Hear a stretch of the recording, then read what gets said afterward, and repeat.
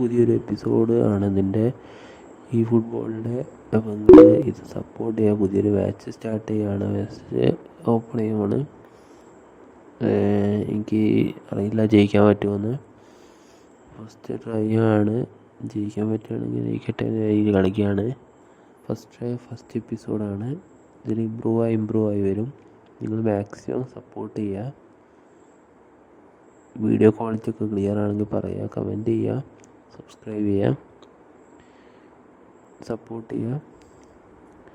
Maximum കളിക്കാൻ നോക്കുന്നുണ്ട്.